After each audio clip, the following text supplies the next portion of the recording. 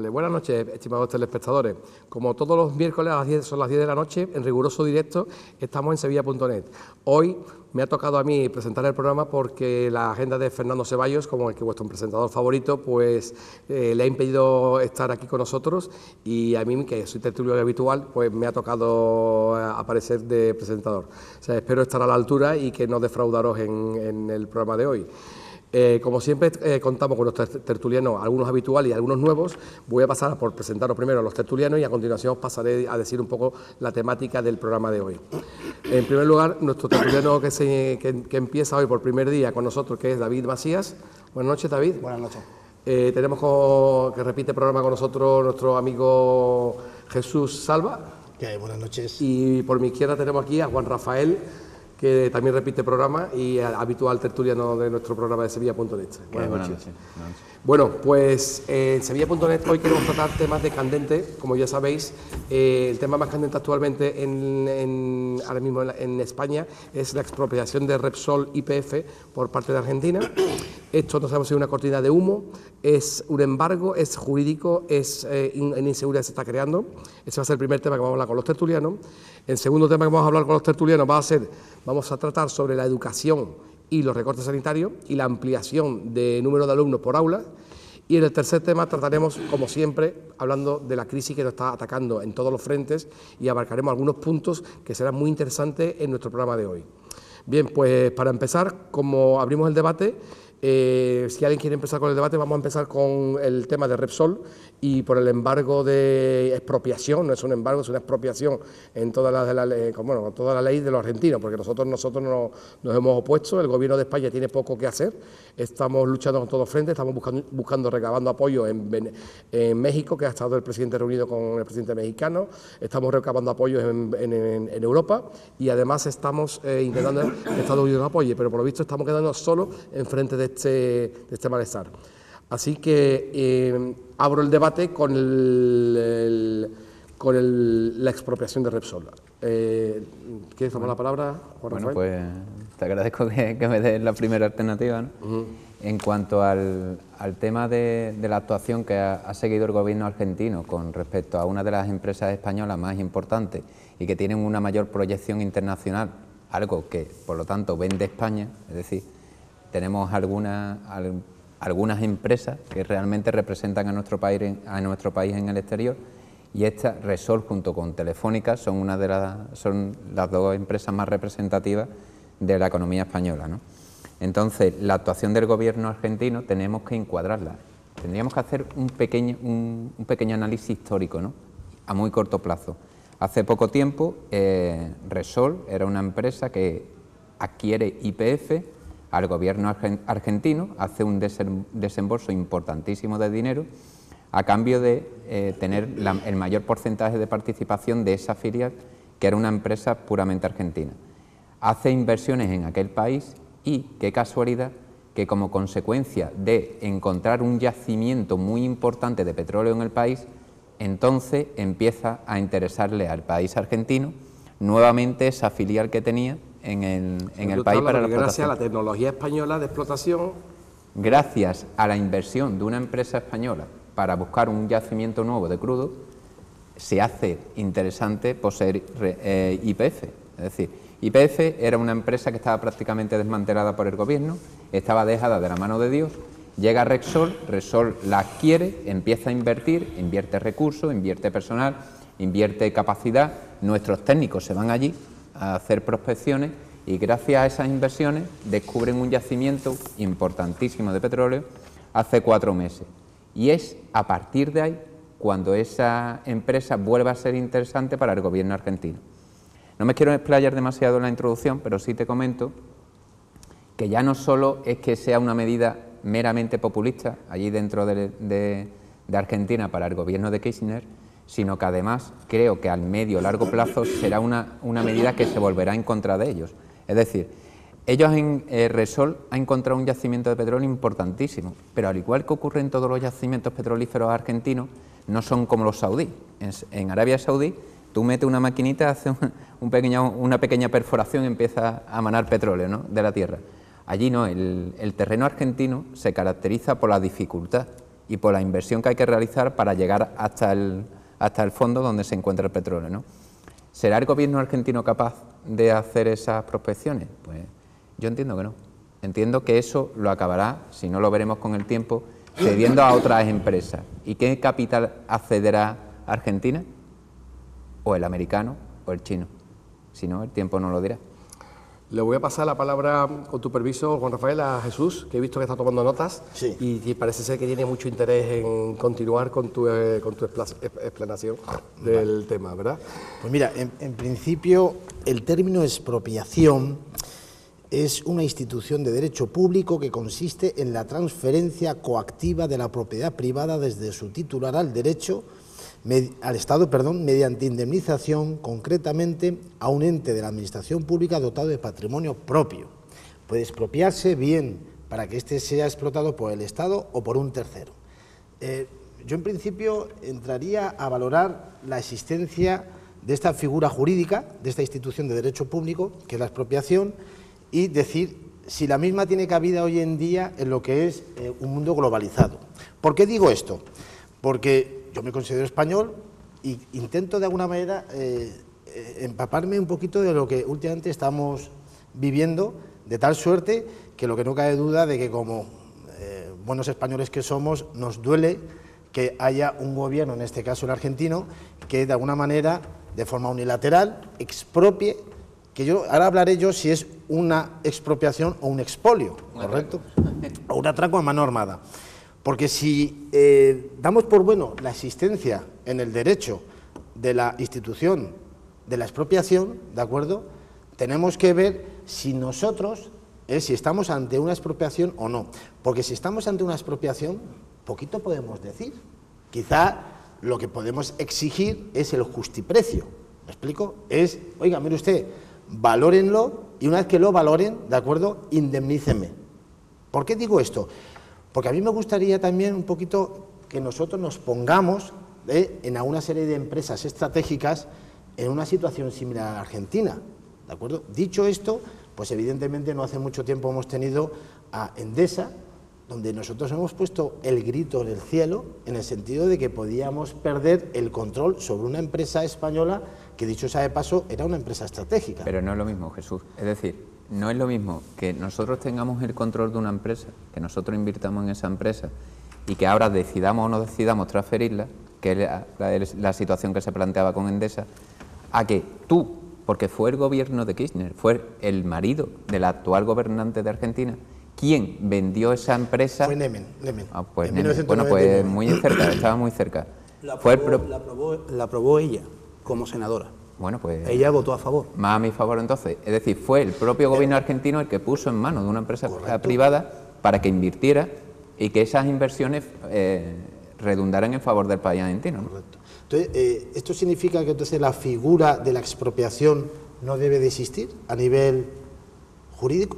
Entiendo yo que por lo la que me figura estás de expropiación, comentando, tal como tú lo estás planteando, es lo que está reclamando la Repsol y está planteando eso, indemnización de 8.000 millones. Eso es, Sí, es que eso son... ya se han negado, Ya se han negado. Hombre, por supuesto, los Que argentinos eso han no es estado expropiación, negando. entonces no es No, una expropiación. vamos a ver, Tú, pero- si lees la definición de expropiación, Es una nacionalización dice a encubierta. cambio de un justiprecio, ¿no? Justiprecio, correcto. Y aquí en este Aquí, caso es que mediante ni se una plantea eso. indemnización. No, lo que pasa es que yo creo que también debemos de ser, en este caso, objetivos. Evidentemente, cuando el señor Brufau se llama, ¿no?, el presidente de Repsol, uno de los directivos, Sí, Brufau.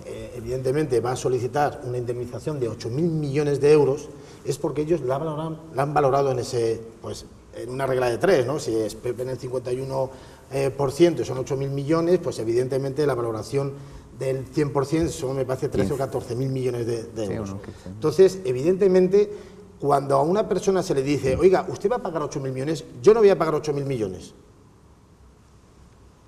Punto y seguido, pagaré lo que valga, ¿correcto?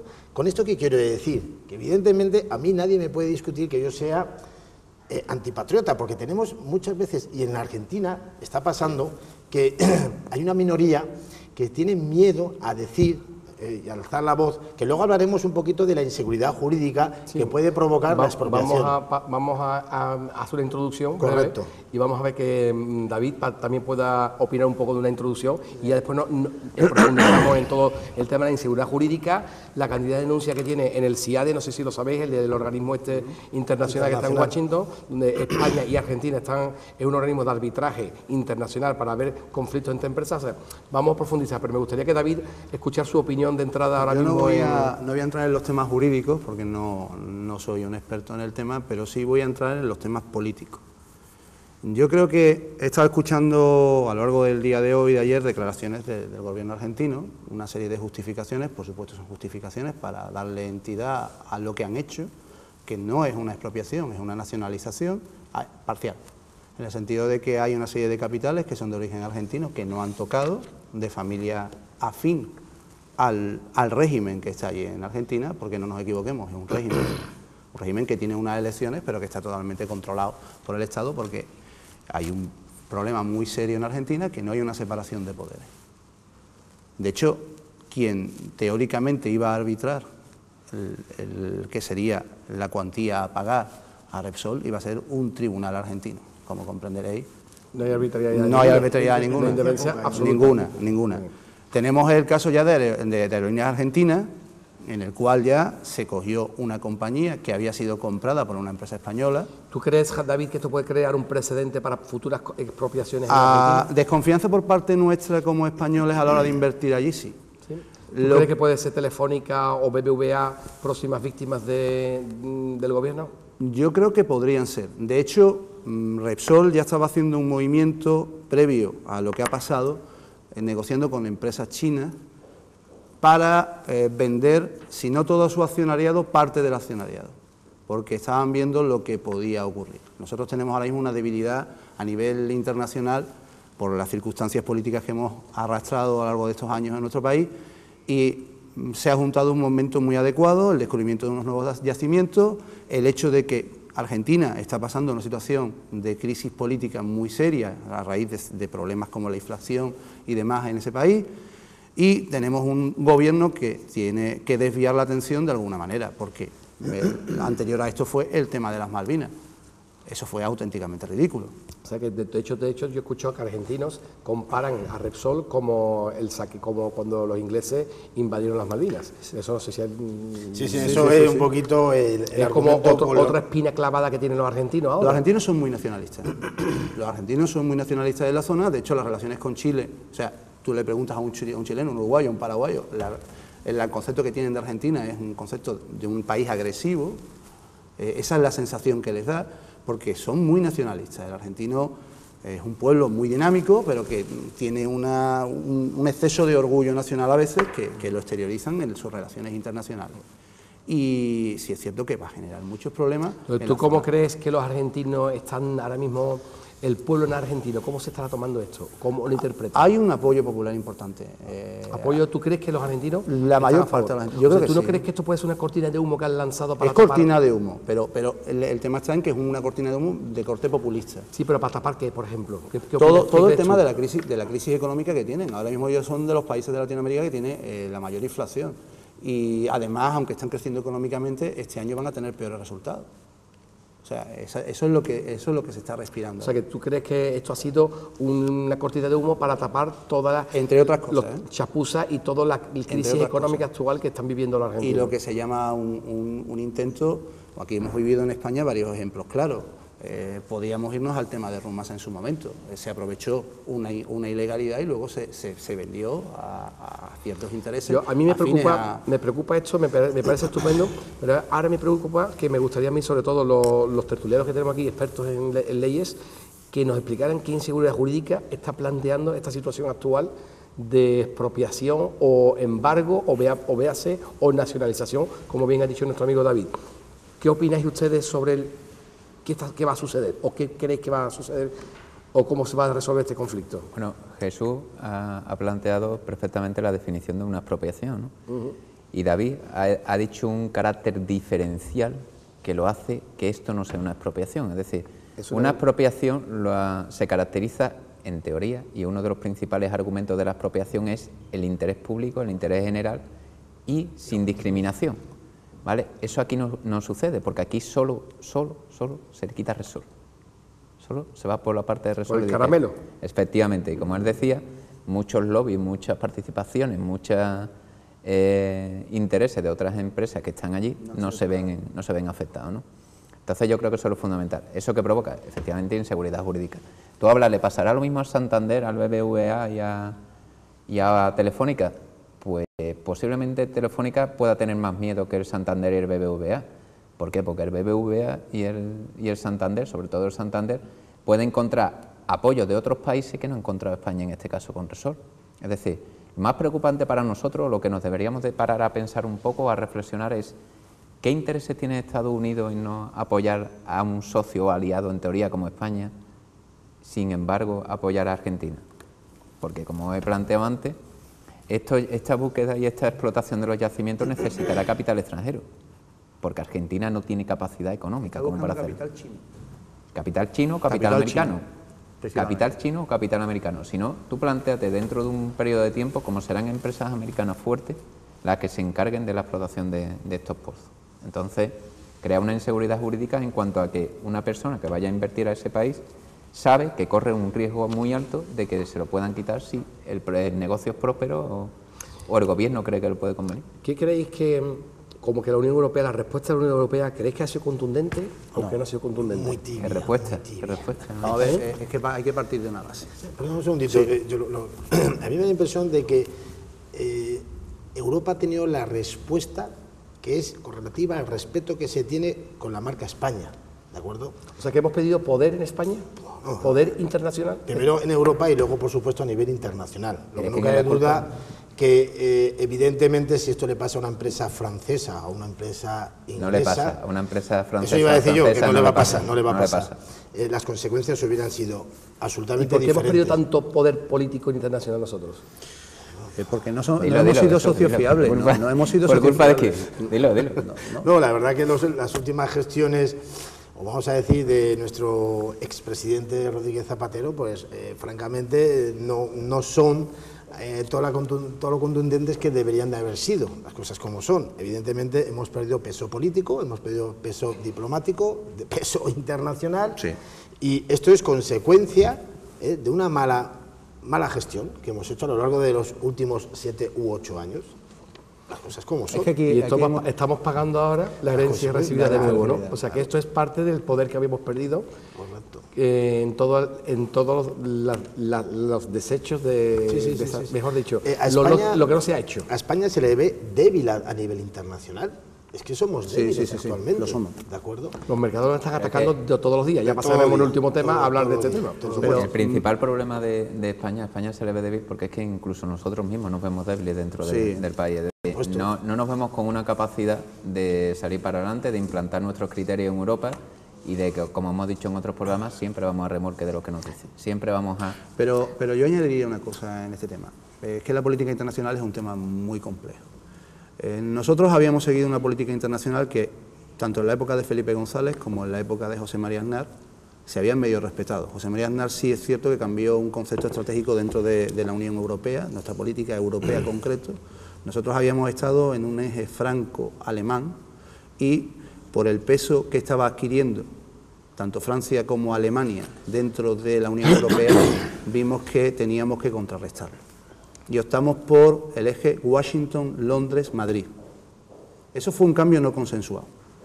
Sí es cierto que nos vino muy bien, nos salió muy bien la jugada, pero ¿qué ocurrió? Cuando entró el nuevo gobierno, no solamente hizo otra vez otro cambio de 180 grados, sino que además se convirtió en un socio no fiable ni en la OTAN, ni en la Unión Europea, ni en ningún otro organismo de relevancia. ¿Cuál crees tú que fue el precedente? A la Alianza de Civilizaciones. ¿Cuál crees tú que fue el precedente más grave en el cual perdimos credibilidad internacional? Uno de los precedentes yo creo que fue la retirada de Irak, casi que parecía una huida tumultuosa. De cobarde. Casi, digo casi. El principal dato, y perdona que te interrumpa, sí. fue el no levantarse ante el paso Eso, de la bandera pero eso no americana. era presidente. Es decir, no hay algo que le pueda hacer más daño a un americano lo que hizo el presidente. Pero no era presidente, todavía no sabíamos si iba a ser presidente o no. Eso era un acto de tipo totalmente electoralista, porque estaban con manifestaciones en la calle negándose a la guerra. Yo no digo que no tuviéramos que retirarnos de Irak, pero sí es cierto que la forma que tuvimos de retirarnos de Irak no es la coherente de un socio responsable. Y sobre todo si nosotros estamos exigiendo cumplir los compromisos adquiridos, ¿de acuerdo? Evidentemente nosotros tenemos que dar ejemplo. No vamos a entrar en la polémica de si retirarse de Irak o no, pero sí es cierto que tendríamos que haber dicho, señores, a partir de una fecha determinada, nosotros nos vamos a ir y por lo tanto alguien tendrá que sustituirnos en la zona, de tal manera que hubiéramos dado tiempo a nuestros aliados en aquel sector, en aquel lugar, a sustituirnos con tropas de una forma ordenada. O sea que ahora España tiene que buscar a volver a retomar esa posición política internacional. Sí, pero de nada nos va a servir, Alfredo, si resulta que cambiamos de gobierno y cambiamos otra vez la política internacional. Y ese es el problema. ¿Somos amigos de esquina otra vez de países bananeros? No es eso. No quiero ir a nombrarlo. ¿Quiénes son nuestros aliados a partir de ahora? Ahora el eje es distinto. No tenemos, ¿verdad? No tenemos Estamos eje. aislados. No tenemos eje. No, el problema es precisamente ¿Quién nos ayuda? No, que nosotros no hemos tenido una dirección, ¿de acuerdo?, que en el tiempo se ha mantenido. Hemos provocado pues una desconfianza en uno y otros sectores internacionales, en el sentido de que evidentemente, y además que tienen la manía nuestros queridos gobernantes de deshacer lo que se ha hecho con tal de tener un sello de identidad propio, ¿de acuerdo? Y en este aspecto a mí me desilusiona mucho. ¿Por qué? Porque evidentemente incluso aquellas cosas, como tú bien dices, David, que se han hecho bien, oye, se cambia de gobierno y evidentemente lo que hay que hacer es en principio deshacerlas, porque me da la impresión de que estamos dándole fuerza, en este caso, al partido político saliente del gobierno, y que lo que tenemos que hacer es desaprobar todo lo que han hecho ellos. Bueno, ¿y vosotros creéis que lo que ha hecho el gobierno actual está bien, en contestación a la actuación de Argentina? Están intentando recabar apoyo internacional, pero aquí entramos primero, que era algo que intenté yo posteriormente. Nosotros no estamos en una Unión Europea. Estamos en una especie de unión económica, es una especie de matrimonio de conveniencia, donde para empezar el Parlamento Europeo no tiene ningún peso específico para poder tener ningún tipo de actuación importante. Lo de no tener la reunión bilateral ha sido más un gesto que otra cosa, no va a tener una consecuencia real. Oye, mira, no me reúno contigo no me junto, estoy enfadado. Pero David, ¿tú crees que ha hecho bien el gobierno por lo que ha hecho? Ahí está haciendo lo que puede. ¿Seguro? Yo personalmente creo que está haciendo lo que puede. ¿Tú crees que no puede hacer más? ¿No tiene más mecanismos, más resortes? ¿No crees que la decisión que ponemos aduana? Empezamos a meterle no quiero ser drástico, perdonadme. Os voy a poner un inciso, una comparación que es odiosa. ¿Qué pasó cuando Argentina invadió las Malvinas? ¿Cuál fue la respuesta de Inglaterra? Contundente. O sea, contundente, y jamás volverán los argentinos, creo yo, a intentar volver a recuperarlo. Sí, tienes razón. Soy demasiado, a lo mejor digamos que una comparación demasiado. Pero es que en el tema tienes razón en que en teoría el viernes será cuando ellos publiquen las acciones que van a realizar. Pero vamos, que es que hoy aquí podemos adelantar que el viernes no van a publicar unas acciones que vayan a ser agresivas ni cortés. Y eso es lo malo. Eso sí fomenta que la actitud del gobierno argentino contra otras empresas españolas se vea alentada. Es decir, la falta de contundencia y la falta de rigurosidad en la respuesta que le dé el gobierno español al gobierno argentino sí provoca que el gobierno argentino diga, bueno, a mí esto me ha salido gratis. El problema es que si nosotros lo hacemos de forma unilateral, las consecuencias sobre Argentina el problema es que, David, no, el problema es que queda un minuto para llegar para cortar. El problema es que para que nosotros nos respalde, para que a nosotros nos respalde la comunidad internacional, primero tenemos que creer nosotros mismos. Sí. Y tenemos que decir, aquí estamos y de aquí no se pasa. Pero hay una cosa que sí es cierta. A mí lo que nunca haría yo es tomar unas medidas precipitadas, ¿de acuerdo? Debe haber un previo consenso. Tenemos que hacerlas, en este caso, oye, intentando convencer a nuestros socios de la Unión Europea, pues claro que sí. Evidentemente yo prefiero ser contundente cuando tengo las armas para serlo.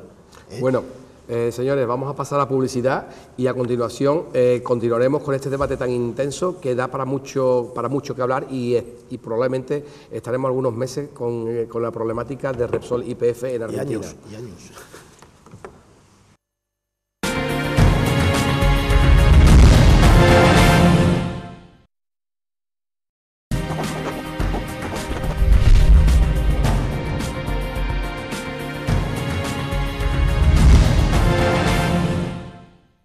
Bueno, pues de nuevo estamos aquí, de nuevo tras el intermedio y nuestra pausa.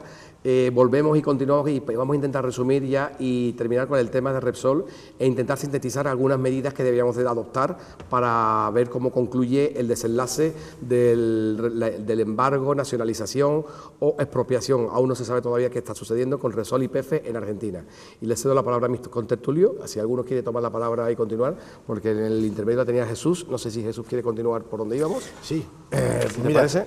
Pues sintetizando ya, vamos en 5 minutos vamos a intentar sintetizar para pasar a nuestro siguiente temario, ¿de acuerdo? Pues en principio yo soy extremadamente pesimista en el sentido de que temo que va a pasar lo siguiente. Los intereses particulares de cada uno de los países provocan que el pez grande se coma al pez pequeño. Estamos hablando que, como vosotros habéis mencionado, hay intereses, en este caso estadounidenses, hay intereses chinos, ¿de acuerdo?, las grandes potencias actuales del mundo, y que evidentemente España, por desgracia, por mucho que pataleemos, poquito vamos a recuperar de esta inversión llamada YPF. Me da la impresión de que aquí estamos pagando las consecuencias de una pésima gestión de los últimos 8 años a nivel internacional, ¿de acuerdo?, y que por desgracia estamos ante una realidad, que hoy en día se hace una política de facto, una diplomacia de facto, en el sentido de que no se respetan los compromisos internacionales adquiridos porque son baratos. En el sentido, sobre todo con países débiles, ¿no? Claro, no, por supuesto, por supuesto. En este sentido, tengo aquí apuntado que existen más de 150 resoluciones incumplidas por parte de Argentina en el CIAI. Te puntualizo, 180. 180, ¿de acuerdo? De tal suerte que esta será la 181. Para que nuestros televidentes sepan qué es. Lo dice, no, por favor. Lo del CIADE es un organismo que se encuentra en Washington, que es un tribunal con un arbitraje, como el CEMAC puede ocurrir en España, que es el arbitraje cuando se hace un despido de un trabajador. Pues en Washington existe un tribunal donde están Argentina y España forman parte, donde se suelen dilucidar todos estos tipos de conflictos internacionales entre diferentes países.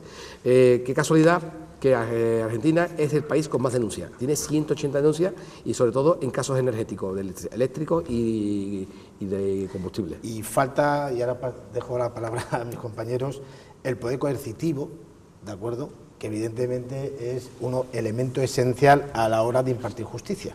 Aquí falta ese poder coercitivo y evidentemente vamos a pagar las consecuencias. David, ¿qué te parece? Vamos a ver, sintetizando también. Yo creo que aquí voy a utilizar una palabra muy castiza: se han juntado las hambres con las ganas de comer. O sea, nos hemos juntado en una situación en la que nuestra política internacional está muy debilitada y va a costar mucho trabajo reforzarla. También se ha juntado un factor importante, que es la necesidad por parte de Argentina de, como hemos comentado, tener una cortina de humo, y además los intereses particulares de ciertos clanes argentinos, de familias, que quieren coger y aprovechar ahora la recuperación de Repsol y YPF para hacer fortuna con ellos, enriquecerse ellos y sus camarillas, y por supuesto la cuestión de que la política internacional es muy agresiva. O sea, ¿tú podrías comparar esto como si España ahora expropiara Endesa de nuevo después de habérsela vendido a los italianos, por ejemplo? Podría ser una situación muy similar. O sea, sería lo mismo. O sea, imaginamos ahora mismo que a nosotros estamos en crisis y le quitamos a los italianos Endesa, ¿no? Sí, tiene un matiz. Sería una comparación tiene un similar, matiz, ¿no?, diferencial, porque estamos hablando de una empresa que cuando se compró era una empresa rentable, y en el caso de YPF no era una empresa rentable.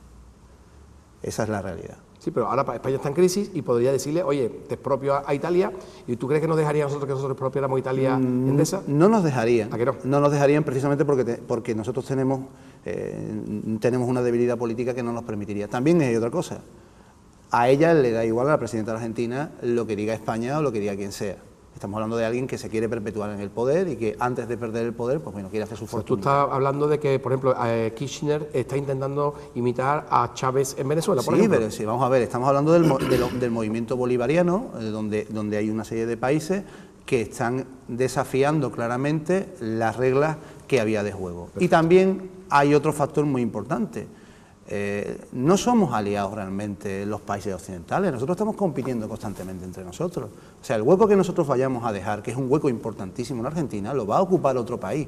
Y por lo tanto van a protestar con la boca chica. Yo no me estoy esperando ahora mismo que de repente los franceses vayan a coger y le vayan a meter aranceles al vacuno argentino. No me lo espero. Ni me espero mucho menos ese tipo de efectos. Sobre todo lo que inicialmente van a hacer todos los países de nuestro entorno es evaluar la balanza que se tenga en relación a Argentina y en base a ello pues tomar las medidas oportunas. Es así es la triste realidad.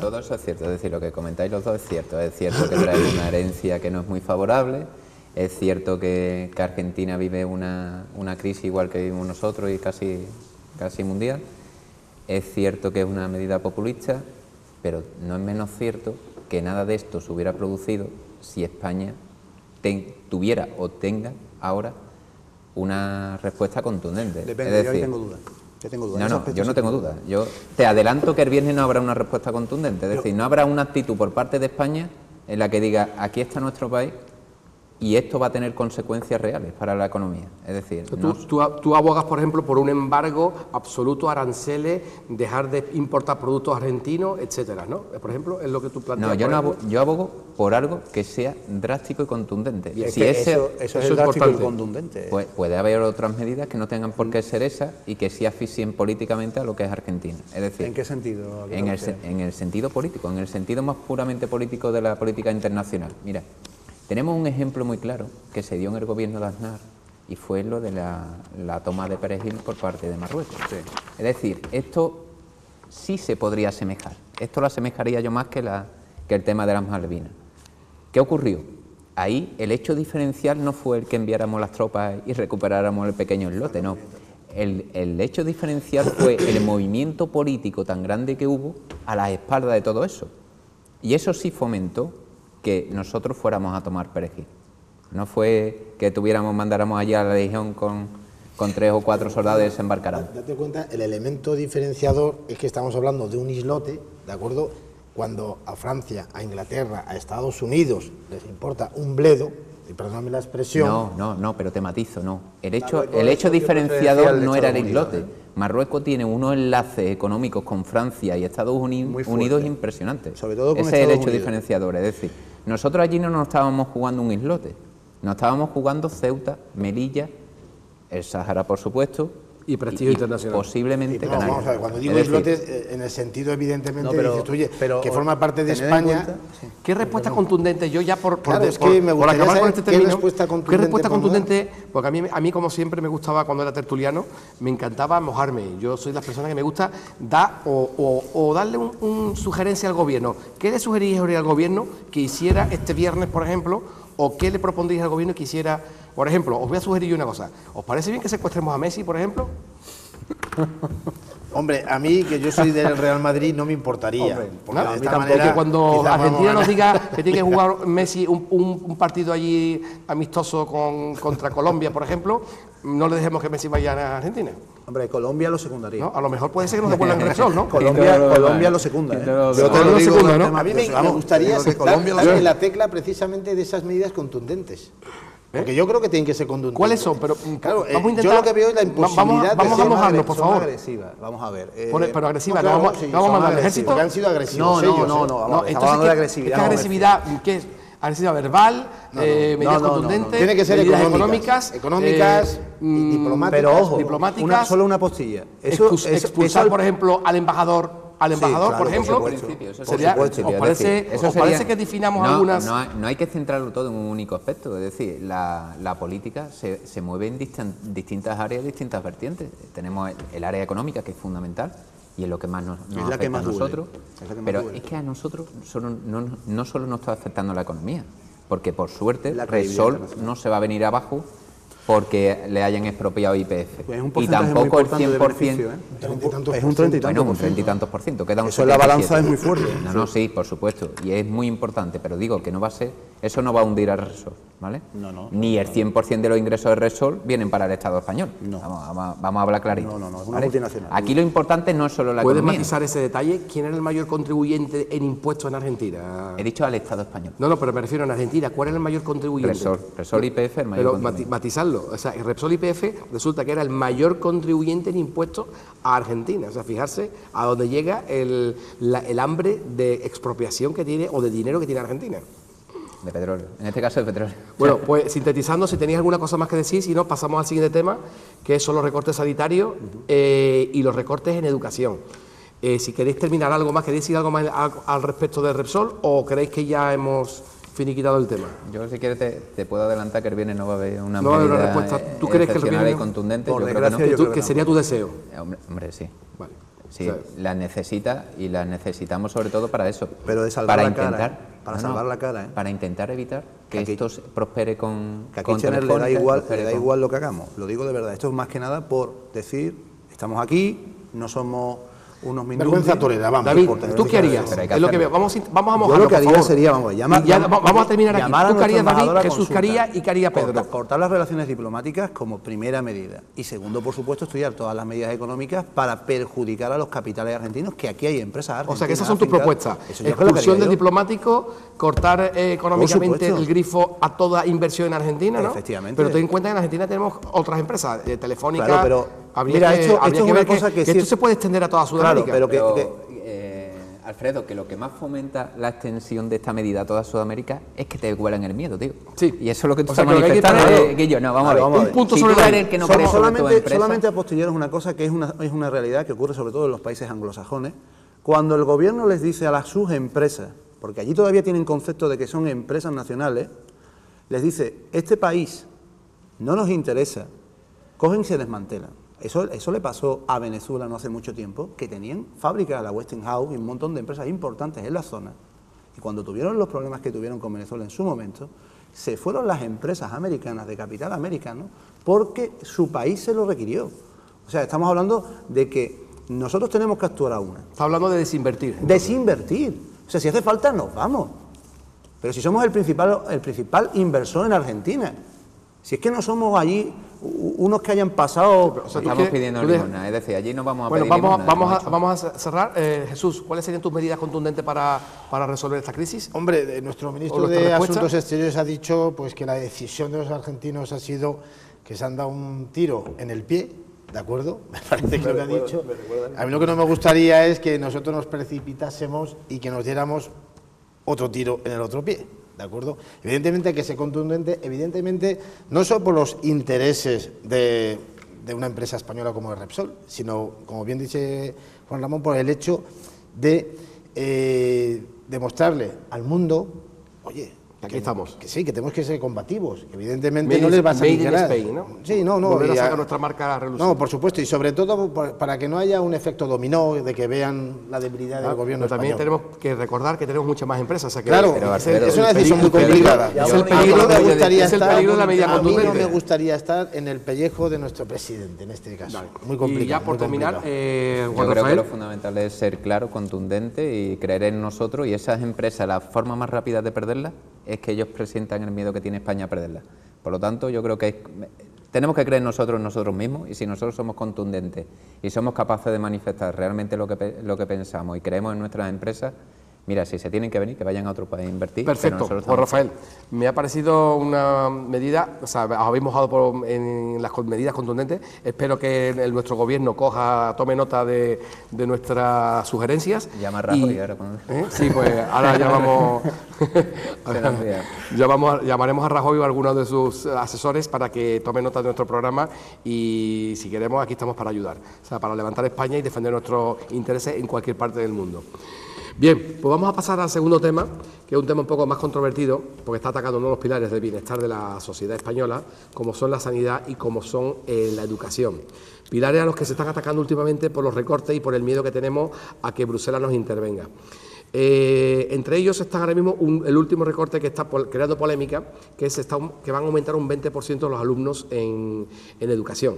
Después trataremos el tema de los recortes sanitarios, pero vamos a empezar por el aumento de alumnos de un 20%.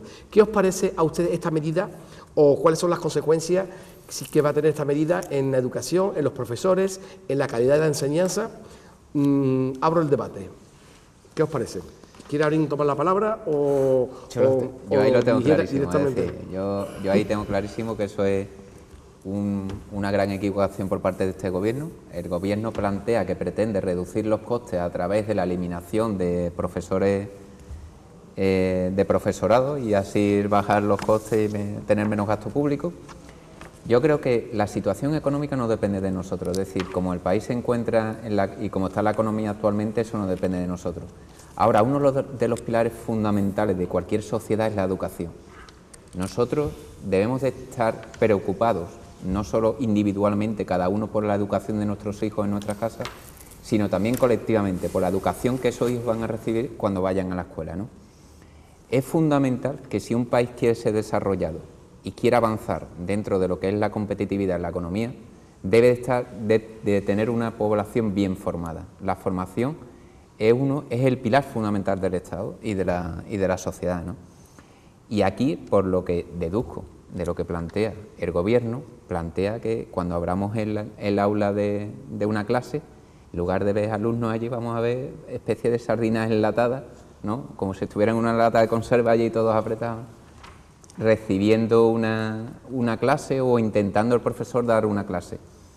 Es complicado para los profesores dar clases a 15, 20 alumnos. Si eso lo multiplicamos y llegamos a 25 o 30 alumnos, ya eso se hace más que una misión imposible, ¿no?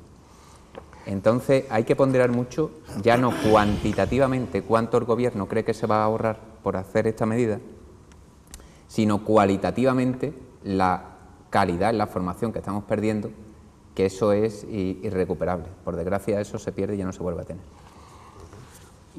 Jesús, ¿qué te parece la medida? Hombre, a mí me parece, evidentemente, suscribo todo lo que le dice mi compañero. ¿Tú cuántos compañeros de clase tenías cuando tú estabas en EGB? Yo creo que tenía 30 y tantos o 40. Clase de 36. 36. Me acuerdo. ¿Y tú, Juan Rafael? Pues serían 30, 25. Pues mira, Yo lo recuerdo, yo tenía 44 compañeros de clase. 44. ¿Sabéis cuándo, con la normativa actual, cuánto dice la LOE que debe tener en clase? Si no le 25, 30, 25. 25 en primaria 25 y 30 en secundaria. O sea, y estamos todos aquí, ¿verdad? Sí. Y todos estamos muy bien preparados, creo, ¿no? Sí, pero eso tiene... No, eso ya no tiene- es por echar flores. Pero es un planteamiento... No, de pero la que éramos verdad. 44. Y en la facultad, que aquí creo que hemos estado todos en la facultad. ¿Cuántos erais en la facultad, en la clase? ¿200? ¿250? Muchos. Sí, ¿verdad? Muchos. O sea, que creéis que yo, no es por meterme donde no me mete, pero ¿qué opináis? No, de todo yo, esto? yo lo que quería decir que evidentemente dentro de lo que es el gasto público, la educación y la sanidad, evidentemente es lo que más arrastra, ¿no? Porcentualmente hablando. Y es donde, por desgracia, se tienen que hacer los recortes. Tú muy bien has indicado, porque yo no me acordaba del número de compañeros que tenía yo sí, me en la acuerdo de EGB, siempre, ¿de acuerdo? 44, o sea, porque yo era el último. Eras el último. Porque mi apellido Santa María es la S y era el Yo último. soy Zalba y también era de los Era el últimos. último. Había un tal Zurita, me acuerdo en yo. aquella época nos ordenaban, no sé si lo Sí, recordáis, sí, nos recordaban por apellido, ¿eh? En Estaba en clase. mitad, estaba en mitad. Entonces, yo creo que no pero- debe... Que yo en la mitad. Tú en la mitad, ¿no? ¿Y tú, yo creo que estás de acuerdo con eso? Sí, no, vamos a ver. Es que lo que intento también es un poquito no llevarme, y discúlpame por la demagogia. ¿Qué significa? Oye, francamente, a mí me gustaría que todos y cada uno de los alumnos tuviéramos, primero, un profesor, es profesor para nosotros, con nuestro ordenador en medio, pero señores, seamos realistas, es que tenemos que ser realistas, y debemos de quitar un poquito de tremendismo a esta subida del 20%, si no recuerdo mal, Sí, 20%. sobre el número de alumnos, que si estamos hablando de 20 alumnos, serían 4, si son 25, son 5. Entonces, evidentemente... O sea, que habría que quitarle un poco, esto no es tan yo creo tremendo. que sí, yo O sea, creo que sí. Yo no creo es un ataque al pilar de bienestar, según tú, ¿no? Yo creo que no. Mira, es una... David, y yo por pasar la palabra... David, yo creo que es una caja de... No sé, me da la impresión de que, evidentemente, todo lo que sea cercenar derechos, todo lo que sea recortar derechos, oye, nos duele, Pero claro tú eres que sí. consciente también que eso va a formar parte más paro también, ¿no? O sea Por que- supuesto. Por supuesto. Pero también es cierto que aquí tenemos la varita mágica, no. Llevamos una serie de años en los que, por desgracia, no somos capaces de corregir el endeudamiento público. Hablaremos luego, si no recuerdo mal, en el tercero de los apartados, el diferencial pues con Alemania. Y tenemos que ser realistas. Y ese realismo pasa, oye, pues mire ustedes, si tenemos que reestructurar absolutamente todo, mire, hagámoslo. Porque quizá O sea, a corto plazo... ¿A ti te parece bien A mí me el parece. recorte? Vamos a ver. No lo ves alarmante, lo ves... Mira, Alfredo, Es no, yo no asumible, veo asumible. según tú. Es más, entiendo joder, que las personas que hoy en día nos gobiernan son medianamente capaces.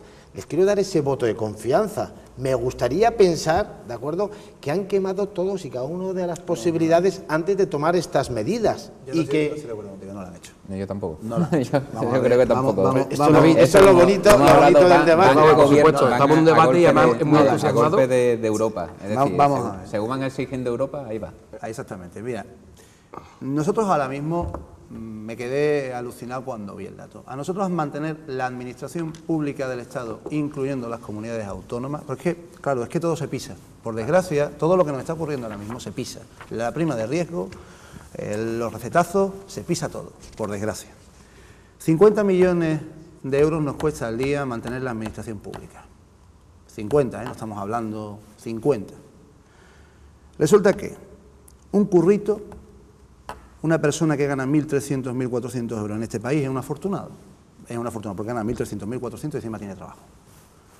Y ahora le vamos a coger y le vamos a decir que el niño va a estar con 10 alumnos más. Porque... No, 10 no, hemos hablado de 4. Sí, bueno, ahora hemos hablado de 4, pero se van a convertir en 30. No lo sé. Se convertirán en 30. Bueno, sabéis que la medida, 4 más, sabéis ¿no? que la medida es provisional, ¿no? Que no es una medida definitiva. Claro, ¿no? se convertirá en más, ¿no? Pues, bueno, pero Eso se va a es natural, convertir en más. sí. Porque, te explico por qué. Porque ahora tenemos un dato que dice que no vamos a llegar al 3% de déficit hasta 2018. Estamos hablando de 6 años, 6 años son muchos alumnos, Bueno. Y además tenemos un problema. La educación aquí nos la hemos tomado como un auténtico cachondeo. Aquí cada vez que entra un partido, le da por derogar la anterior y pone una nueva. Y además cada vez que la ponen es para empeorar. Se ha perdido la cultura del esfuerzo. Es cierto que nosotros cuando estábamos en clases de 30, 35 alumnos, O 44. el que llegaba a octavo de EGB es que había aprobado. Y si tú tenías tu EGB, habías aprobado. Y si te llegabas al bachillerato y sacabas tu bachillerato, si habías hecho COU y habías aprobado selectividad, es que habías aprobado. Y estabas formado. Es cierto. Y nos educábamos. Pero también es cierto que no podemos... ¿A dónde quieres llegar? Lo que yo quiero llegar es que aquí la cuestión es que siempre estamos pagando el pato los mismos. Yo hasta que no me vea que se bajen el sueldo o que se quiten coches oficiales o que no cobren 4 sueldos, no podré darle credibilidad a ninguna medida que adopte ningún gobierno. Porque tan hipócrita es el que está protestando ahora mismo, porque vamos a tener 5, 6, 7 alumnos más, como el que está diciendo que hace falta, porque yo todavía no le he visto que se haya bajado el sueldo. David, tú lo que propondrías entonces que se hiciera un paquete de recorte, pero ya en todos los aspectos, ¿no? Es que no eso solamente es que por digamos cuentagotas. que vaya exactamente, no fuera un cuentagotas, no fuéramos ahora educación, ahora sanidad, sino Van a impulso, vamos es decir, lo que hemos hablado Nos lo van siempre. metiendo poquito a poco. Van a impulso. Ellos van a impulso de que es lo más rápido del corte aquí. Claro. Y no se debe de impulso, se debe de tener una política económica, lo que hemos hablado en tanto, lo que hemos reclamado en tantos debates. Es decir, hay que tener una política económica clara y decir, miren, señores, mis prioridades son esta y esta. Y a partir de ahí hago girar toda mi actuación política durante los 4 o los 8 o los 12 años de gobierno. Pero eso hay que tenerlo claro y eso no se está diciendo. O si se está diciendo, no se está diciendo bien. O no se quiere decir, yo no lo sé. O no se quiere hacer lo que se tiene que hacer. Bueno, Y no, se está eso es parcheando. independiente, porque mira, O se yo está recuerdo cuando parcheando. entró Aznar y dijo, miren, señores, aquí hay que abrocharnos el cinturón porque la cosa está muy mala, porque todo el mundo lo entendió, todo el mundo nos sacrificamos y salimos para adelante, ¿no? Eso no se ha hecho ahora. Ahora no ha habido esa capacidad. Ni ha habido esa capacidad bien por miedo, bien por temeridad, no lo sé. somos débiles también, Desconozco. ¿no? ¿Opinas? Mira, Alfredo, yo creo que la educación y la sanidad son los 2 puntos últimos que hay que tocar.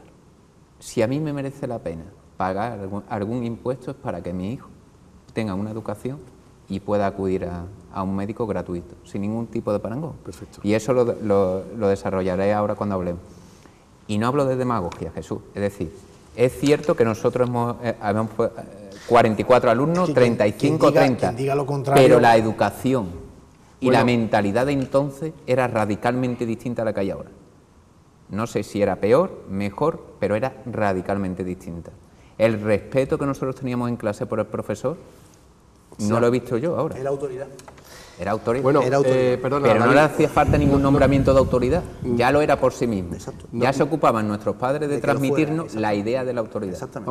vamos a ver, os tengo que cortar, no digo a ninguno de los tres, porque los tres quieren la palabra, pero nos tenemos que marchar a publicidad porque Sevilla.net y 20TV, al fin y al cabo, son quienes nos patrocina y si no, no podríamos estar aquí. Pasamos a publicidad y en unos minutos estaremos de nuevo con ustedes y continuaremos con nuestro interesante debate en 20TV.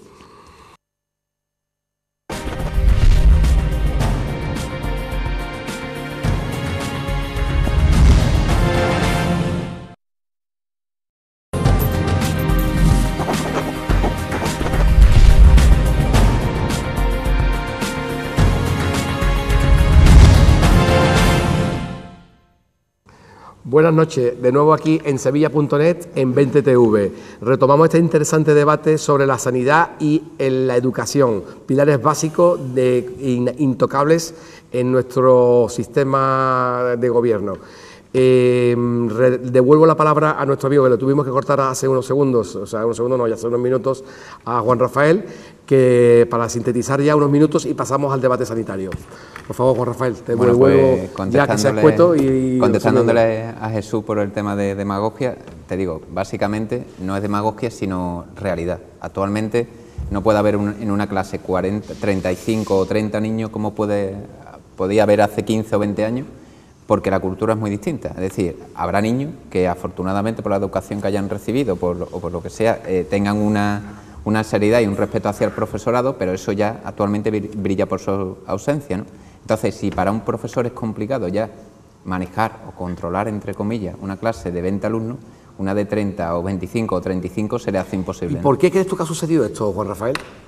Bueno, no sé, la sociedad va evolucionando, ¿no? Sí, pero, yo no digo ni que sea bueno ni malo. ¿Es una falta de respeto del alumno al profesor o el profesor ha perdido la autoridad que tenía antes con los alumnos? ¿Dónde está el fallo? Entonces, en los sistemas educativos, como ha dicho David, de que cada gobierno que llega al poder derroga el anterior plan de educativo, ¿dónde crees tú que puede estar el fallo para intentar...? Estábamos hablando antes de la inseguridad jurídica, eso crea una inseguridad en el propio profesorado, ¿no? Un profesor que lleva 20 años de carrera y que ha vivido 8 planes distintos de educación, la verdad es que no puede tener mucha seguridad. Pero la educación del alumno, ¿de quiénes forma parte? No, la educación del alumno no la debemos de delegar a los padres. El principal responsable de educar al alumno, el alumno es hijo de alguien.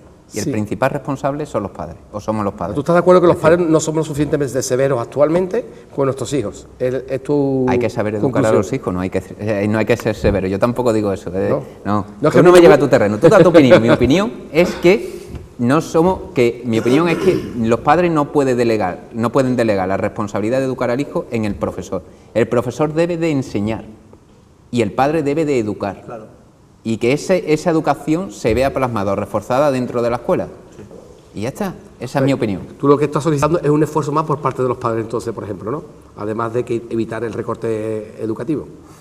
Yo estoy indicándote que si eso no lo podemos articular o no lo podemos organizar, si está en nuestras manos organizar que el número de alumnos no aumente y que no aumente el caos en las clases y no aumente el caos en las escuelas. Y mejorar la educación de los alumnos. Efectivamente.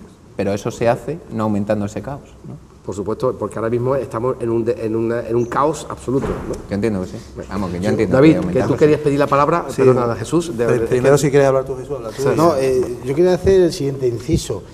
Yo me niego a aceptar que vayan de la mano número de alumnos y una mala educación. Cuanto más alumnos hay en una clase, peor es la educación que se está dando a esos alumnos. Máxime cuando hoy en día el número de alumnos a mí me sorprende, ¿de acuerdo? Porque cuando lo comparo con los 30 o 40 de antaño, me da la impresión de que quizás nos estemos equivocando en darle una excesiva propaganda a una cosa que no debe de ser tan grave. O estamos poniendo como pilar principal el niño en vez del profesor. Y permíteme. No sé si me captas yo lo que digo es que la mala educación viene quizá por los malos planes de educación, correcto, y sobre todo por una falta de autoridad que existe hoy en día, no solo con los padres, con los profesores, sino con el prójimo, ¿de acuerdo? De tal manera que me da la impresión de que a nosotros pongamos 20, 25, 30, si lo reducimos, por ejemplo, a 12 alumnos, quizá termine, porque me da la impresión de que estamos a la cola, hoy por hoy, en la educación de los países europeos. ¿Qué significa una de las peores evaluaciones? Claro, ¿qué significa? Oye, y tenemos 20 o 25 alumnos por clase y vamos mal, vamos a ir peor porque yo no lo quiero hacer. Pero ¿dónde está el fallo? La pregunta. Fallo? Yo me gustaría... Los valores. Los valores. Faltan valores por parte... Inculcar valores por parte de los padres, ¿no? Por supuesto. Nos hemos acomplejado, hemos cambiado de alguna manera... ¿Hemos mimado demasiado a nuestros niños? Sí, ¿puede ser? No, venimos pues de una dictadura y ha provocado pues que No, es una dictadura, no la hemos bebido nosotros. No, nosotros no, nuestros padres. Ya, por eso, pero te quiero decir nosotros. No, yo permitidme... Y disculpa, permitidme si no importa. Mira, nosotros hemos sufrido un cambio social. hay niños que se crían solos. O sea, hay que ser conscientes de ese hecho. O sea, un padre que se levanta a las 8 de la mañana, perdón, empieza a trabajar a las 8 de la mañana y llega a su casa a las 8 de la tarde, ¿el niño dónde está? O sea, le puedes buscar todas las actividades extraescolares del mundo, pero el niño sigue estando solo. Y esto suponiendo que la situación, falta de afecto, la situación socioeconómica sea buena de esa familia. Pero las si familias no, monoparentales pueden afectar mucho a este tipo de educación también, ¿no? depende. O sea, el que sea monoparental no tiene por qué ser un problema. El problema no es que sea monoparental o que sea biparental. El niño estará más tiempo solo si le baja un padre al cargo del niño. Si el padre puede conciliar la vida... Estoy concentrando un poco en la gente que está yo lo que estoy intentando ahora mismo que entendamos es que las circunstancias de cuando nosotros éramos 35 a cuando ahora somos 20 o 25 son totalmente distintas, o sea, porque la situación de los chicos es distinta. Según tú, la educación hoy por hoy debería ser mejor que la de antes, ¿no? La teoría, vamos a ver, la teoría es... El modelo que nosotros hemos adoptado aquí en España es un modelo imitando a modelos escandinavos que sí han funcionado. Pero estamos hablando de unas sociedades que son muy rígidas, donde además hay conciliación de vida laboral y vida familiar. Cosa que aquí no llevamos. Aquí no ocurre, es lo que estoy intentando hacer el inciso. O sea, los chicos terminan a las 3 de la tarde y muchos de ellos llegan y se tienen que hacer la comida en el microondas. Así de simple. Y su padre o su madre, el primero que llegue, no le aparece hasta 3 horas más tarde. Discúlpame, David, eso tampoco es malo. Es decir, no. Si es malo, sí influye. No, eso hay que saber fomentarlo y articularlo. Es decir, que un chico llegue y se caliente la comida no es malo. Eso quiere decir que se está empezando a valer. Lo malo es el descontrol. No, lo malo no es que le dediques tú, ya verás, a ver si yo logro transmitirte lo que te quiero decir. Porque se esté con un hijo desde las 8 de la mañana a las 8 de la noche no se le está dando mejor educación. Porque se esté con un hijo todo el día no se le está dando mejor educación si los valores que tú le estás transmitiendo no son los adecuados. Es decir, el problema del tiempo es cierto y yo lo padezco como todos vosotros, es cierto, bueno y afortunadamente, afortunadamente que estamos fuera de casa. Es cierto que la falta de tiempo o la falta de dedicación al hijo, el hijo lo puede resentir o puede resentirlo un poco. No hay elementos correctores muchas veces. Es que el problema es que no hay elementos correctores. Por lo tanto, no es solo eso, sino también otros elementos accesorios. Claro, ¿no? Pero es todo, es la situación. Por eso estoy diciendo que cambia el modelo. Me da la impresión de que al final el número de alumnos que se incremente un 20% es baladí. No. Me da la impresión a mí. No. Estamos hablando de que el problema... Permíteme un segundo.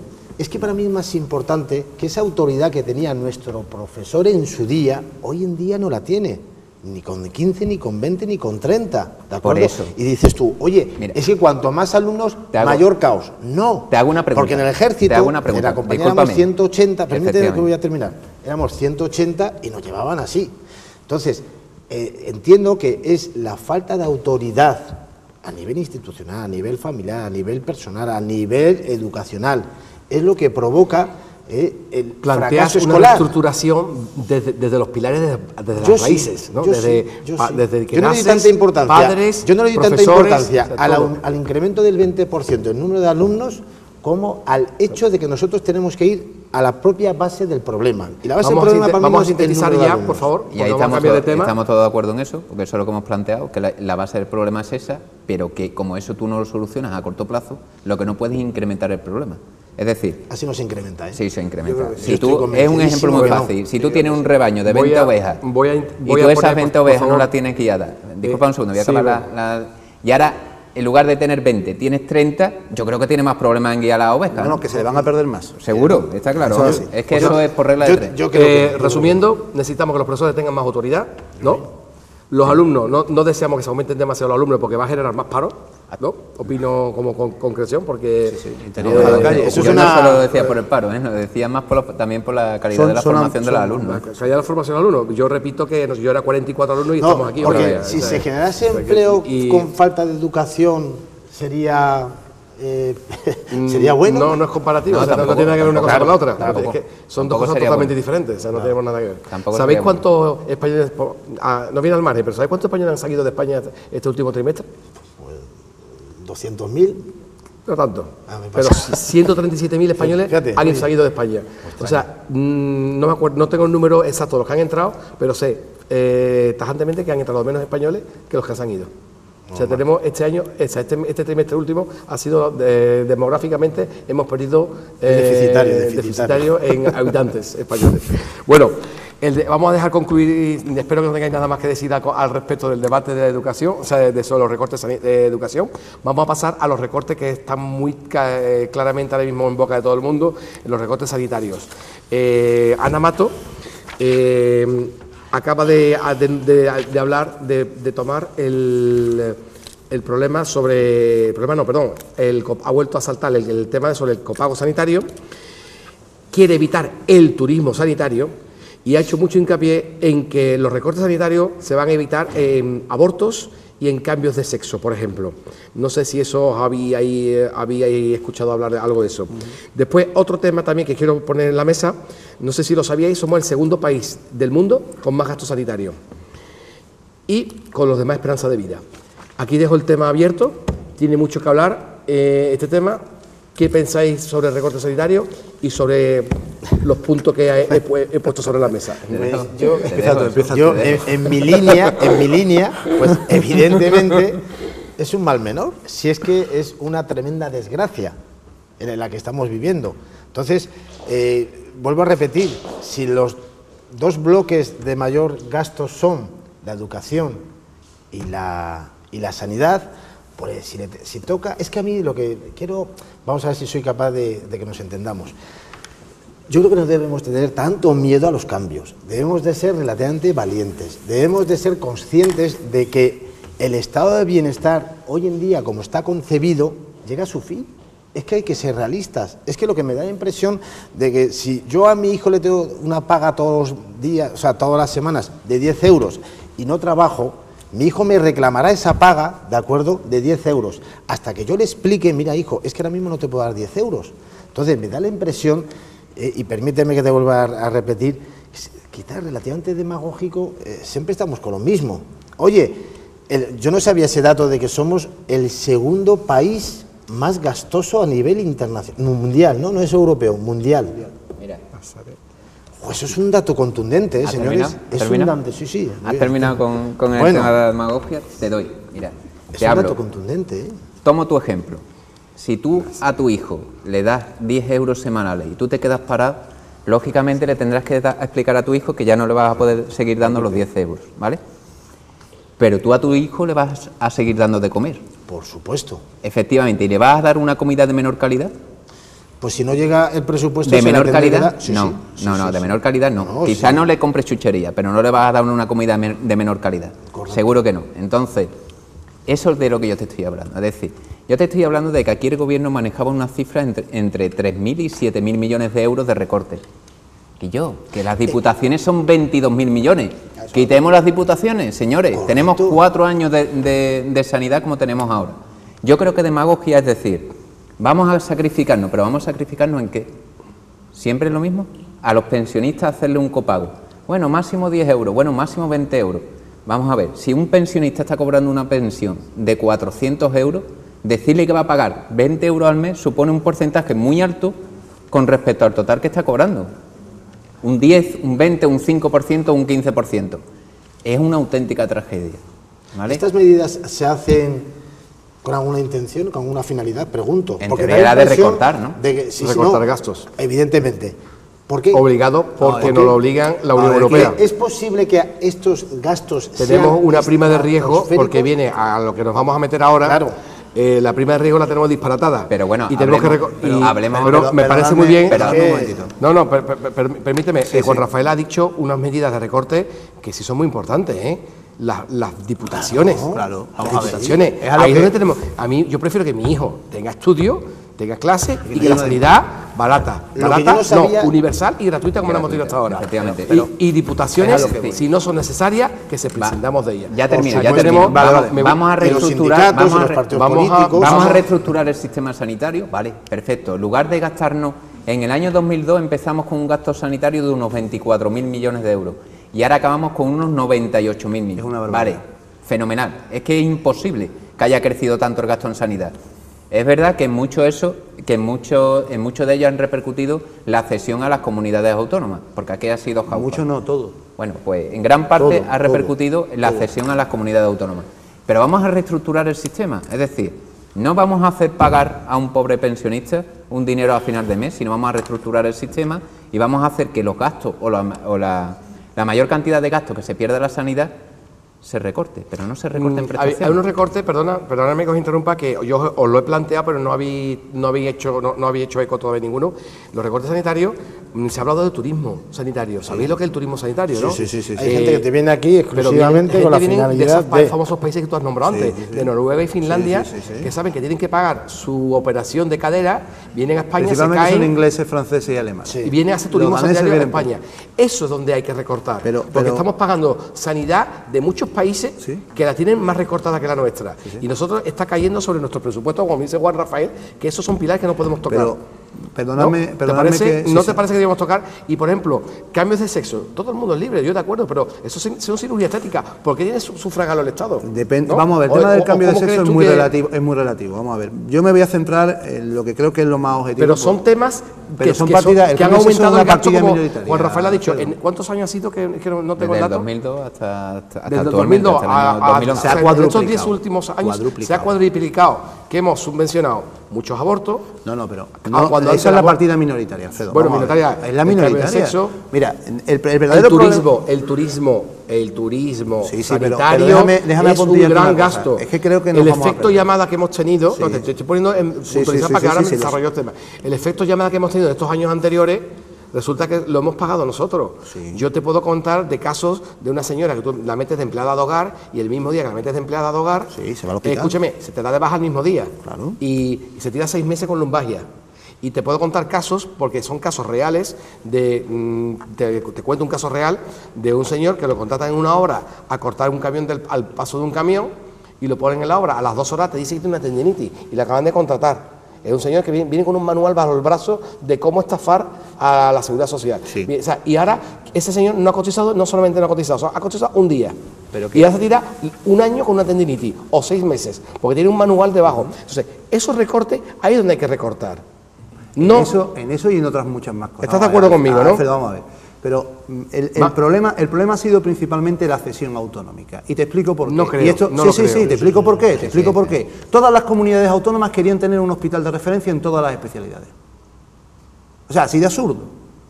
Yo vivo en Toledo, imagínate, yo vivo en Toledo. Toledo está relativamente cerca de Madrid, ¿verdad? Está muy cerquita. Bueno, ¿y por qué tengo que tener yo un hospital de referencia de cardiología en Toledo si tengo el mejor hospital de cardiología del país que está allí? O sea, hombre, ¿por qué? Yo diferiría, porque yo, si tengo un ictus en ese momento, me gustaría tener lo más cercano posible un centro sanitario. No estoy hablando de un ictus, estoy hablando de especialidades, de hospitales de referencia. Sí, es que me acaba diciendo precisamente de cardiología. Cardiología, bueno, como te puedo hablar de temas, por ejemplo, un gran hospital que ha habido siempre de referencia es el Virgen del Rocío en relación a todo el tema de quemado. A mí me trataron en el Virgen del Rocío como quemado, pero si no hubiera sido mi hospital de referencia el Virgen del Rocío, pues probablemente mis padres, porque yo era muy niño, tendrían que haberme llevado a Cuenca. ¿Y tú te imaginas que en ese viaje tú hubieras fallecido? Pero vamos a ver, eso yo creo que no deberíamos estamos en unos extremos. Yo creo que lo fundamental es la racionalización. Que si tú, no, efectivamente, pero mira, si tú gastas el dinero de sanidad en construir hospital, en formar personal médico, en formar asistencial, está bien gastado. Yo prefiero pagarle como tú dices, prefiero pagar con mis impuestos unas situaciones como las que tú estás comentando, siempre y cuando una persona que tenga un accidente en su casa esté bien atendida y se le pueda atender. Es decir, por atender a una que lo necesite, prefiero pagar a 100 que no lo necesite, ¿vale? Yo en eso no hablo, yo hablo de racionalización. No puede haber en sótanos de hospitales máquinas que han costado millonadas y que ni siquiera se han desembalado. Que ni siquiera se han desembalado. Estoy de acuerdo contigo. O que la gente, que trabaja en el hospital se lleve material económica a su casa. Efectivamente. Que también ocurre. Efectivamente. Pues porque no hay racionalización del funcionamiento. ¿Ves cómo hay muchas cosas en las que se puede actuar antes que en ponerle precio a un pensionista? No, si yo estoy de acuerdo. Sin embargo, oye, pongamos el verdadero problema sobre la mesa. Son las comunidades autónomas. Sí, pero ¿qué os parece que seamos el segundo país del mundo en gasto farmacéutico? ¿Qué os parece ese detalle? Porque aquí tenemos todo el mundo una farmacia en casa. Claro. sea que es curioso, ¿eh? No somos el segundo país más rico del mundo, sin embargo somos el segundo país. Es que es lógico. Con más gasto. ¿Sabéis que gastamos el 1% del Producto Interior Bruto? El 1% del Producto Interior Bruto en gastos farmacéuticos. Porque mira, yo creo que está esto mal concebido. Porque evidentemente cuando las cosas te salen gratis, al final, en vez de coger 2, coges 10. Porque es así, porque somos así. Entonces, evidentemente, esto viene como consecuencia de que el estado actual del bienestar en España pues tiene ese cáncer, ¿de acuerdo?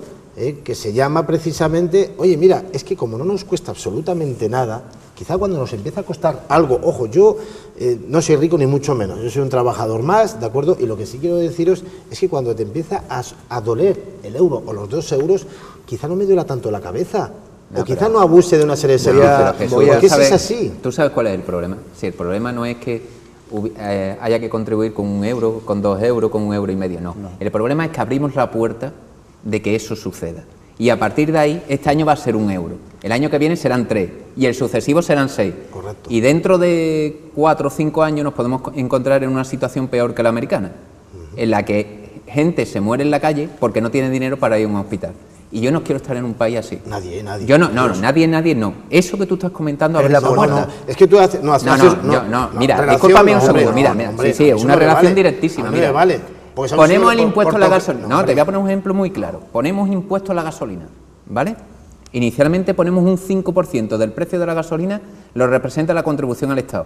¿Tú sabes cuánto representa ahora el impuesto sobre el precio de la gasolina? 60 y tantos %, ¿no? Ah, ¿y te parece razonable? No, en absoluto. ¿Y te hubiera parecido razonable en su momento que hubiera sido el 5%? ¿no? En absoluto. Pero sin embargo... Eso es ese es el camino que... Sí, salvando el primer escollo, disculpa que te interrumpa, ya me callo, salvando el primer escollo de la oposición social a que se establezca un copago, salvando ese primer escollo, después ese copago irá creciendo. Y eso será incontrolable. Y llegará el momento, de aquí a 5, a 10, a 15 años, que nos encontraremos en esa situación. Y será así. Vamos a ver. Que introducir empresas privadas en servicios públicos, que ya se está hablando de eso. ¿Quién establece el copago? De momento los catalanes. No, vamos a decir que es... De momento el gobierno lo permite. El gobierno lo permite. En Cataluña lo han no lo establece, pero lo permite. Correcto. Por lo tanto, el gobierno catalán. Quiero pensar que si la gran mayoría de los españoles en las próximas elecciones están en contra del copago, tendrán que decir, oiga, mire usted, que yo no quiero pagar, deberemos de cambiar. No. Entonces, sí, a mí me da impresión de que en este caso, oiga, como abrimos la caja de Pandora, ojo, no podemos tomar esta medida, ¿de acuerdo? Y digo, oiga, mire usted, es que yo no doy por hecho que estamos abriendo la caja de Pandora. Yo doy por hecho de que a corto plazo, ¿de acuerdo?, sí tiene que existir un copago, por una necesidad. Es así de sencillo, me da impresión. Estimados amigos, ojo, vamos a tener que sintetizar porque nos quedan 2 minutos de programa. Lo siento mucho, o sea que os voy a pedir que tengáis 40 segundos cada uno para sintetizar las últimas palabras que tengáis previstas en referencia... Creo que debería empezar don David. Don David. Lo siento mucho, pero es que el programa tiene su hora y no me alargo más para no quitarle segundos a nuestro compañero. Bueno, básicamente lo que os quería comentar con respecto a todo el tema de los recortes que estamos viviendo, básicamente me parece que es una locura lo que estamos viendo. En el sentido de que la clase política no quiere soltar la teta y por eso seguiremos teniendo estas administraciones tan sobredimensionadas, no de funcionarios, no estoy hablando de funcionarios, sino de políticos y carguitos a dedo. Y eso adolecen todas y cada una de las administraciones, independientemente de si tienen gaviotas o si tienen flores en la mano. Da lo mismo. Por lo tanto, claro, yo estoy totalmente en contra de todo este tipo de modificaciones si yo no veo un sacrificio por parte de la clase política. Y no se están sacrificando por los españoles. David, ha quedado muy clara tu exposición. Muchas gracias. Paso la palabra a Juan Rafael porque el programa se está terminando. Bueno, yo creo que hay medidas mucho más efectivas desde el punto de vista económico. Hay medidas mucho más prácticas que las del copago, establecer el copago en la sanidad o establecer la reducción o la ampliación del número de alumnos en educación, y que creo que se debería incidir más en esas medidas que en estas que a muy corto plazo recortan dinero, pero que después a medio y largo plazo va a producir el inicio de un cáncer, porque eso sí creo que es el auténtico cáncer del estado del bienestar, o por lo menos de lo que fundamental del estado del bienestar en un país. Jesús, No, vamos a acabar contigo. Sí, yo Te ha tocado. la última reflexión, si me permitís. Evidentemente, pues es desagradable hacer el papel de malo, ¿de acuerdo? En este caso, sin embargo, lo tengo que decir de corazón. No te preocupes, así a mí me tocó en el programa anterior, me pasó exactamente lo mismo que a ti. Yo estaba a favor del copago en su momento. No, hombre, que vamos a ver, a mí me gustaría que no existiera el copago. Sin embargo, pero el entiendo... copago debería de ser, yo dije en su día, perdona que te interrumpa, lo dije que en función de la renta de cada uno. No, y me parece que así se va a establecer, me parece. No lo sé, bueno, todavía está una ley en proceso. Me parece que sí, me parece pasa que que sí. Espero que sea así, porque por supuesto a una pensión, espero que una persona que tenga una pensión de 600 euros no le hagan pagar ni un euro siquiera. Me callo, Alfredo, tú mismo, tu subconsciente te traiciona, ha dicho, en Cataluña ya está. Sí. Es decir, ya eso se da por aceptado, eso es una justificación para que lo Para ponga que el se resto de siga España. haciendo, claro. Pues mira, que no lo ponga el resto de España. Desgraciadamente te ha tocado a ti, pero es que, bueno, toca a ti, si quieres, de la última frase. Si no, quieres, yo simplemente matizar la acción de Jesús. A mí me parece muy mal el copago y no creo que debamos esperar unas elecciones. Yo sí creo que ese es un motivo de una huelga general. Es decir, yo sí me he hecho a la calle porque me pongan a pagar la receta, no por la receta, sino por la prestación sanitaria. Bueno, señores, esto ha sido todo por hoy. Espero hayáis disfrutado en nuestro programa de Sevilla.net en 20TV. Mañana tendréis a las 3 de la tarde, repetimos el programa. Un segundito, comentar en la corrida de toros de hoy, que ya sabéis que tenemos feria la semana que viene, que probablemente nos veremos en feria en alguna caseta. Tenemos a Nazaret, que ha cortado una oreja, y a Saúl Fernández, que también ha cortado otra oreja. O sea que tenemos esa por puntualizar. Y ya yo me despido, pero por favor, Jesús, que seas muy escueto, porque es que nos marchamos. Esta es mi cámara. No, es aquella, ¿no? Pues permitidme, los compañeros, mañana es el cumpleaños de mi mujer, desearle muchas felicidades. Un beso y que te quiero. Hasta luego. Muchas gracias y espero veros hoy en televisión, o sea, mañana viernes. Mañana jueves a las 3 estamos de nuevo, repetimos el programa. Buenas noches a todos y espero hayáis disfrutado con nuestro programa.